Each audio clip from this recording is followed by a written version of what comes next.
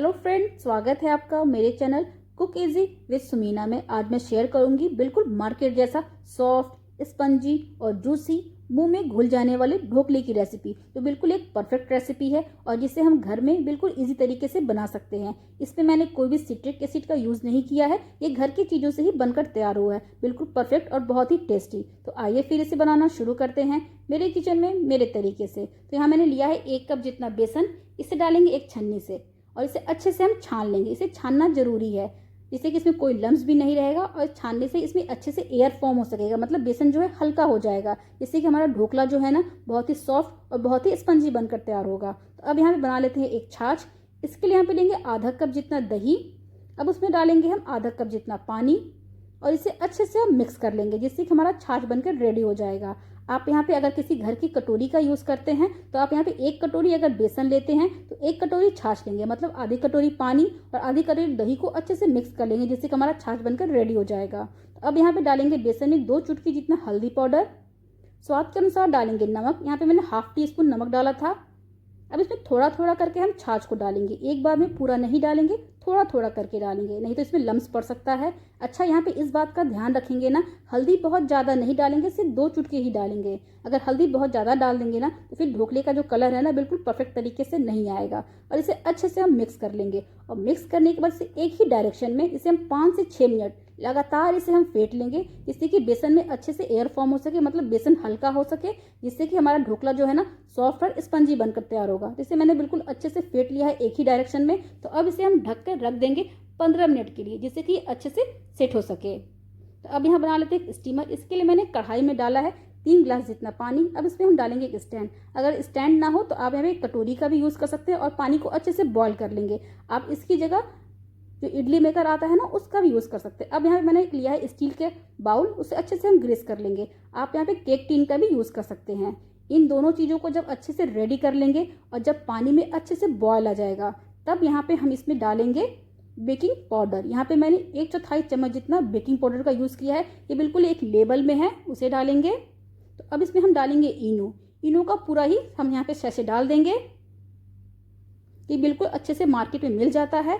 अब इसे हम अच्छे से फेंट लेंगे। इस स्टेप को बिल्कुल ही फास्ट करेंगे, बिल्कुल भी स्लो स्लो नहीं करेंगे, बिल्कुल फास्ट करेंगे और इसे अच्छे से फेंट लेंगे। अगर इसे अच्छे से फेंटेंगे नहीं ना तो जब इसे हम स्टीम करेंगे ना तो ढोकला जो है ना कहीं कहीं से लाल हो सकता है। तो इसे अच्छे से फेंट लेंगे और इस स्टेप को बिल्कुल फास्ट करेंगे। इसे हम डालेंगे अब बाउल में। बाउल में डालने के बाद इसे हम डालेंगे स्टीमर में। यहाँ पे बिल्कुल भी देर नहीं करेंगे। तो पानी अच्छे से गर्म हो चुका है तो इसमें स्टीमर को बाउल को डालेंगे और इसे हम ढककर इसे हम हाई फ्लेम पे पकाएंगे 5 मिनट के लिए। उसके बाद गैस के फ्लेम को मीडियम टू हाई कर देंगे। फिर इसे हम अच्छे से स्टीम करेंगे लगभग 15 से 16 मिनट के लिए, जिससे कि हमारा ये अच्छे से स्टीम भी हो जाएगा। मतलब इसे हम 15 से 16 मिनट अच्छे से स्टीम कर लेंगे। तो अब इसे स्टीम करते हुए लगभग 15 से 16 मिनट हो चुका था। इसे हम चेक कर लेते हैं। तो देखिए बिल्कुल परफेक्ट तरीके से स्टीम हो चुका है। इसे हम अगर ओवर भी स्टीम कर देंगे ना तब भी हमारा ढोकला जो है ना ड्राई हो सकता है। अब इसके बाद इस टाइम इसे हम डिमोल्ड नहीं करेंगे, इसे हम ठंडा होने के लिए रख देंगे लगभग 10 से 15 मिनट के लिए। तो अब इधर एक बना लेते हैं तड़का। तो यहाँ लेंगे 2 चम्मच जितना तेल। अब उसमें डालेंगे आधी छोटी चम्मच जितना राई, काली वाली राई डालेंगे। खूब सारा डालेंगे कड़ी पत्ता, हरी मिर्ची। अब यहाँ पे डालेंगे हम इसे अच्छे से हम इसे फ्राई कर लेंगे। तो अभी बिल्कुल अच्छे से फ्राई हो चुका है, राई जो है चटकने लगा है। तो अब यहाँ पे इसमें हम डालेंगे 1 कप जितना पानी, 1 नींबू का रस डालेंगे, 2 बड़े चम्मच डालेंगे यहाँ पे चीनी, बारीक कटा हुआ धनिया पत्ती डालेंगे और इसे अच्छे से हम बॉयल कर लेंगे। तो अभी देखिए बिल्कुल अच्छे से बॉयल हो चुका है, चीनी भी बिल्कुल अच्छे से मेल्ट हो चुका है। तो इसे थोड़ा सा हम ठंडा कर लेंगे। तो अब यहाँ ढोकले को ठंडे होते हुए लगभग 15 मिनट हो चुका था। तो अब इसे इस तरीके से ना चाकू से इसे अच्छे से स्क्रैप कर लेंगे चारों तरफ से, जिससे कि इजी तरीके से डिमोल्ड हो सके। तो इस टाइम दिख रहा है ना ये कितना स्पंजी बनकर तैयार हुआ है। तो अब यहाँ पे एक प्लेट लेंगे जो बाउल के ही बराबर हो, इसे बिल्कुल सावधानीपूर्वक हम पलटेंगे और इसके ऊपर 2 से 3 बार इसे हम टैप कर देंगे, जिससे कि अच्छे से डिमोल्ड हो जाए।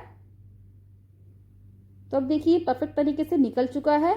और देखिए इसका जो बाउल है ना वो भी कितना क्लीन है, बिल्कुल परफेक्ट तरीके से स्टीम हुआ है। तो अब इसे हम प्लेट को चेंज कर लेंगे तो यहाँ देखिए कितना परफेक्ट तरीके से इसमें एयर पॉकेट बना है ना, इसका मतलब जो ढोकला है ना बिल्कुल परफेक्ट तरीके से स्पंजी और सॉफ्ट बनकर तैयार। तो इसे मैं दिखाती हूँ आपको चारों तरफ से। देखिए इसका कलर भी कितना परफेक्ट आया है ना, कहीं से भी ये लाल नहीं हुआ है और बिल्कुल परफेक्ट तरीके से स्पंजी और सॉफ्ट बनकर तैयार हुआ है।